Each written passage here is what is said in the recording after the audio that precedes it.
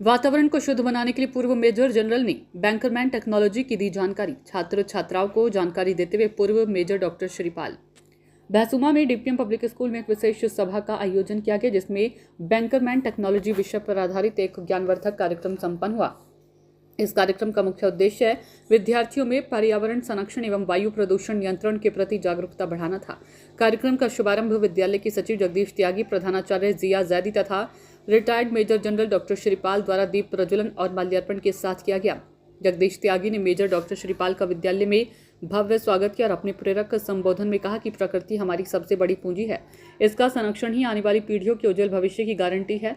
हमें हर स्तर पर प्रदूषण नियंत्रण और पर्यावरण सुरक्षा के प्रयासों में सक्रिय भूमिका निभानी चाहिए। और उन्होंने आगे कहा कि आज की पीढ़ी को ये समझना होगा कि आधुनिक तकनीक का उपयोग तभी सार्थक है जब वह मानवता और पर्यावरण के संतुलन को बनाए रखे। हमें पेड़ों की रक्षा, स्वच्छ ऊर्जा के उपयोग और पर्यावरणीय अनुशासन को अपनी दिनचर्या का हिस्सा बनाना चाहिए।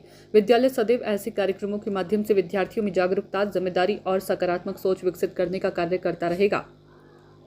कार्यक्रम के मुख्य अतिथि मेजर जनरल डॉक्टर श्रीपाल ने बैंकरमैन टेक्नोलॉजी विषय पर अपनी अत्यंत ज्ञानवर्धक प्रस्तुति दी। उन्होंने विद्यार्थियों को बताया कि किस प्रकार उन्होंने वातावरण को शुद्ध करने हेतु अनेक नई तकनीकों का आविष्कार किया है, जिनका उपयोग आज न केवल भारत में बल्कि विदेशों में भी किया जा रहा है।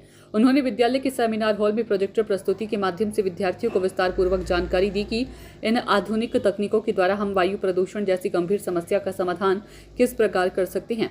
अपने संबोधन में डॉक्टर श्रीपाल ने कहा कि वायु प्रदूषण आज विश्व की सबसे बड़ी समस्या बन चुका है। यदि हम तकनीकी नवाचार और जनसहयोग के माध्यम से एकजुट होकर प्रयास करें तो हम पृथ्वी को पुनः स्वच्छ और स्वस्थ बना सकते हैं।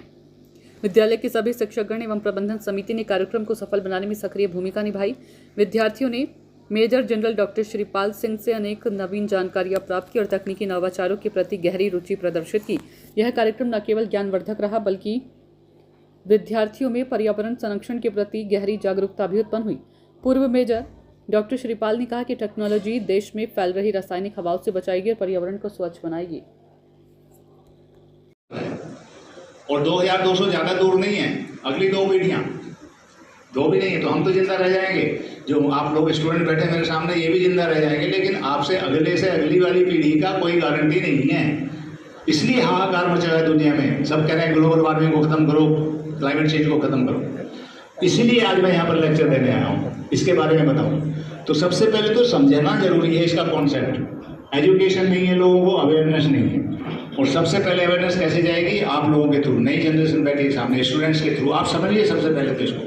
तो क्या हो रहा था इतने सालों तक? नेक्स्ट प्लीज देखिए, 1000 से सन 1900 तक क्या हो रहा था? 280 ppm मेंटेन था कार्बन डाइऑक्साइड का लेवल में। क्यों मेंटेन था? ये साइकिल था। जितनी कार्बन डाइऑक्साइड हम आदमी लोग क्रिएट करते थे, पेड़ पौधे थे, जो नेचुरल सिस्टम था जमीन का, वो सारी सोख लेते थे और हमको बदले में कार्बन क्या देते थे? ऑक्सीजन और खाना। यही चाहिए हमको पेड़ पौधों से। तो ये एक सस्टेनेबल साइकिल चल रहा था और ये 1-2 साल नहीं चले, हजारों साल तक चला जमीन पे। और हम खुश थे, कभी कोई प्रॉब्लम नहीं होती थी। इसलिए बीमारियां कम थी, इसलिए आदमी ज़्यादा जीते थे। इसलिए जिस धरती पे आप बैठे हैं महाभारत के टाइम पे, इसलिए वो इतने विशालकाय आदमी होते थे, बड़ी ताकत होती थी उनमें। तो आज हम धीरे धीरे आते हुए कमज़ोर इसलिए हो। तो ये साइकिल वापस लाना है। अब तरीका क्या है इसको लाने का? रीजन क्या है? Next slide please. Next slide. ये गड़बड़ कहाँ से हुई देखिए। ये साइकिल था ऊपर वाला। सबसे पहले तो हमने पेड़ काटने शुरू किए, डिफॉरेस्टेशन लेफ्ट में। गांव से हम शहरों में आने शुरू हो गए। गांव की जो जमीन खेती होती थी उन पे हमने कंस्ट्रक्शन करनी शुरू कर दी। बहुत बड़ा रीजन है। जहाँ हम बैठे हैं यहाँ भी खेती होती थी, कभी कंस्ट्रक्शन शुरू हो गई। पर ये भी रिक्वायरमेंट है डेवलपमेंट का। तो पर ये एक रीजन है कि CO2 कंटेंट क्यों बढ़ा। यानी कि हमने अगर आज यहाँ DPM स्कूल बनाया, भंडोरा ऑर्गेनिक्स बनाई है, तो ये भी एक कारण है, कुछ कंट्रीब्यूशन हमारा भी है, क्योंकि हमने कुछ पेड़ काटे हैं जहाँ खेती होती थी, उसकी जगह हम ये लगा रहे हैं। दूसरा सबसे बड़ा कारण इंडस्ट्री बहुत लगाई हमने, बहुत पोल्यूशन फैलाया, बढ़ती गई हैं, गाड़ियाँ बढ़ाई, ट्रैफिक बढ़ा, एयर कंडीशनर्स बढ़े। तो इसलिए गड़बड़ा जाएगा सारा सिस्टम। अब गवर्नमेंट क्या कर रही है? पिछले सालों से बहुत कोशिश कर रही है गवर्नमेंट, ग्रो मोर ट्रीज, और पेड़ लगाओ।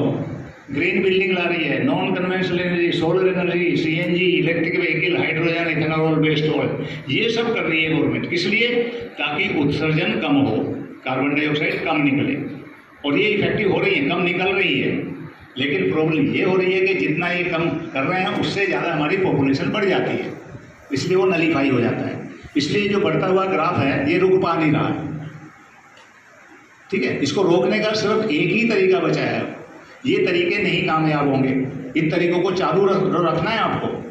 ग्रो मोर ट्रीज, पेड़ लगाने तो लगाओ, सोलर एनर्जी यूज़ करो, सीएनजी यूज़ करो, हाइड्रोजन फ्यूल यूज़ करो, और रिसर्च चालू है वो चालू रखिए।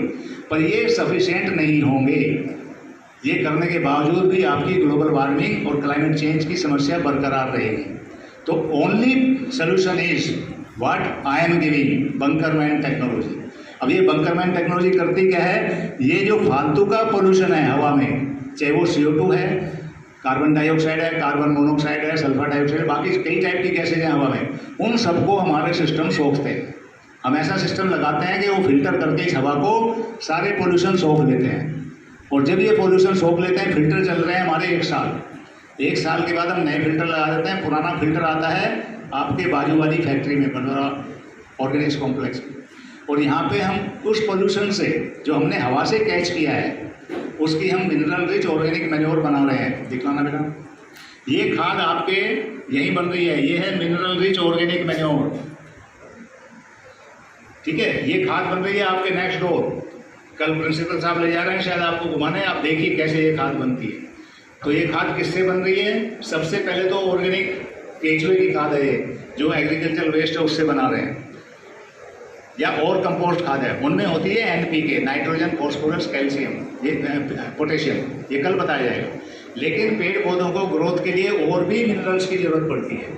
वो मिनरल क्या है? कार्बन, जिसको हम कहते हैं कार्बन एमिशन कम करो। कार्बन पौधे के लिए खुराक है, पेड़ पौधों के लिए कार्बन डाइऑक्साइड खुराक है। कैल्शियम, मैग्नीशियम, सोडियम, सल्फर, ये सारे एडिशनल मिनरल हमको कहाँ से मिल रहे हैं? ये हवा से मिल रहे हैं, जिसको आप पोल्यूशन बोल रहे हैं। तो ये हवा में पोल्यूशन है आदमियों के लिए, लेकिन पेड़ पौधों के लिए ये उनकी खुराक है।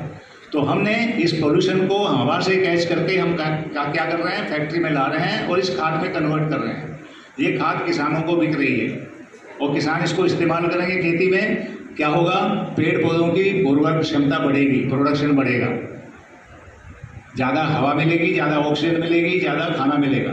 और ये जो सस्टेनेबल साइकिल चल रहा था हजारों सालों से, ये वापस आ जाएगा ज़मीन पे। ये हमारा एम है, ये एम बहुत बड़ा है, ये चैलेंज भी बहुत बड़ा है कि हम इस ग्लोबल वार्मिंग को वापस ला सकते हैं, पुराना प्री इंडस्ट्रियल एरा पे पहुंच सकते हैं। लेकिन उसके लिए क्या करना है? उसको ये टेक्नोलॉजी सिर्फ एक आदमी के इस्तेमाल करने से काम नहीं चलेगा, इसको हर आदमी को अपनाना पड़ेगा, पूरे हिंदुस्तान में और पूरी दुनिया में। क्योंकि जो एनवायरनमेंट है वो सबका कॉमन है, पूरी दुनिया का, खाली हमारा नहीं है। तो ये है बेसिकली टेक्नोलॉजी, हमारी बंकरमैन टेक्नोलॉजी, कि इस हवा में जो पोल्यूशन है इसको पकड़िए जहाँ भी मिलता है और इसको ऑर्गेनिक मैन्योर में बदलिए, इस टाइप के मिनरल रिच ऑर्गेनिक मैन्योर में। इसको किसानों को दीजिए, वो खेती में यूज़ करेंगे। अल्टीमेटली पेड़ पौधे ही हमें ऑक्सीजन देंगे, इस चीज़ को समझिए प्लीज़। ये ऑक्सीजन नहीं दे रहा आपको हमारा सिस्टम, ये सिर्फ कार्बन डाइऑक्साइड को सोख रहा है, पोल्यूशन को सोख रहा है। पार्टिकुलेट मैटर जो डस्ट पार्टिकल है उनको भी सोखता है हवा में जो है। तो एक तरह से आपको क्लीन हवा दे रहा है सांस लेने के लिए सिर्फ, और पोल्यूशन को हम इकट्ठा करके आज की तारीख में पूरे हिंदुस्तान का पोल्यूशन यहाँ आएगा। बंकरमैन फैक्ट्री जो आपके बाजू में है, और यहाँ पर ये खाद बनेगी और इसकी बहुत डिमांड है। आपकी इंफॉर्मेशन के लिए 1 kg का पैकेट ये 180 रुपये का बिक रहा है ऑनलाइन। 180 रुपये 1 kg इस खाद की कॉस्ट है। महंगा लग रहा होगा आपको, लेकिन अमेरिकन को बहुत सस्ता रहे। अमेरिका में $2 कॉस्ट है इसकी, $2। अमेरिका में $2 ऐसे हैं जैसे हमारे 2 रुपये। और मेरे पास इसकी टनों में डिमांड आ रही है, कंटेनर्स में मांग रहे हैं इसको, पर अभी इतना है नहीं हमारे पास। हम कह रहे हैं कि अभी बना नहीं है, थोड़ा है अभी, पहले टेक्नोलॉजी लग जाने दो पूरे हिंदुस्तान में। कुछ जगह पे पोल्यूशन वाला आ रहा है। अभी जो ये बन रही है सिर्फ बद्दी हिमाचल इंडस्ट्रियल एरिया में हमारी 3 फैक्ट्रियाँ हैं, उन फैक्ट्रियों से पोल्यूशन इकट्ठा करके हम भेज रहे हैं यहाँ, और उस पोल्यूशन की ये खाद बन रही है अभी। लेकिन ये पूरे हिंदुस्तान से आनी शुरू हो जाएगी, क्योंकि अभी हमारे सिस्टम पूरे हिंदुस्तान में लगने लगे हैं। नेक्स्ट प्लीज, ये है mineral rich organic manure. Next, ये है कारण जो मैं बता रहा था कि इतनी कोशिश कर रही है गवर्नमेंट, पेड़ लगाओ, सोलर पैनल लगाओ, क्यों नहीं सफल हो रही है? क्योंकि जितनी वो सफलता मिलती है ये सब नलीफाई कर देते हैं उसको। पॉपुलेशन इज इंक्रीजिंग, रोक नहीं सकते। अगले कुछ सालों में पॉपुलेशन डबल ही हो जाएगी हिंदुस्तान की, कम नहीं होगी। 140 करोड़ सुनता था वो कभी पहले, अभी 150 करोड़ की बात करने लगे हैं। शायद बढ़ गई है 10 करोड़ और बढ़ेगी 10 और 160 होगी, 170 होगी तो। और साथ में अभी सरकार ने एक मिशन शक्ति योजना चलाई हुई है, जिसमें क्या है कि हर थाने पे एक मिशन शक्ति केंद्र खोला गया है। तो उसमें कोई भी लड़की या कोई भी बच्ची, महिलाओं से संबंधित कोई भी समस्या है तो आप हमारे पास थाने में आइए। वहाँ पे आपको एक अलग से मिशन शक्ति केंद्र मिलेगा जहाँ पे आप अपनी समस्याओं को रख सकते हैं। तो जो सरकार ने हेल्पलाइन नंबर चला रखे हैं वो हेल्पलाइन नंबर और साइबर क्राइम नंबर है 1930। तो इस टाइप की कोई भी समस्या होती है तो आप इस पर शिकायत करें। यदि फिर भी वहाँ से सोल्व नहीं होते हैं तो थाने आके इस चीज़ की शिकायत दर्ज कराएं। Thank you.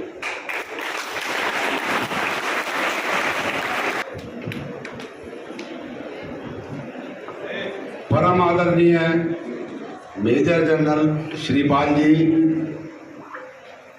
Ravindra ji, general साहब के साथ आए उनके सहयोगी,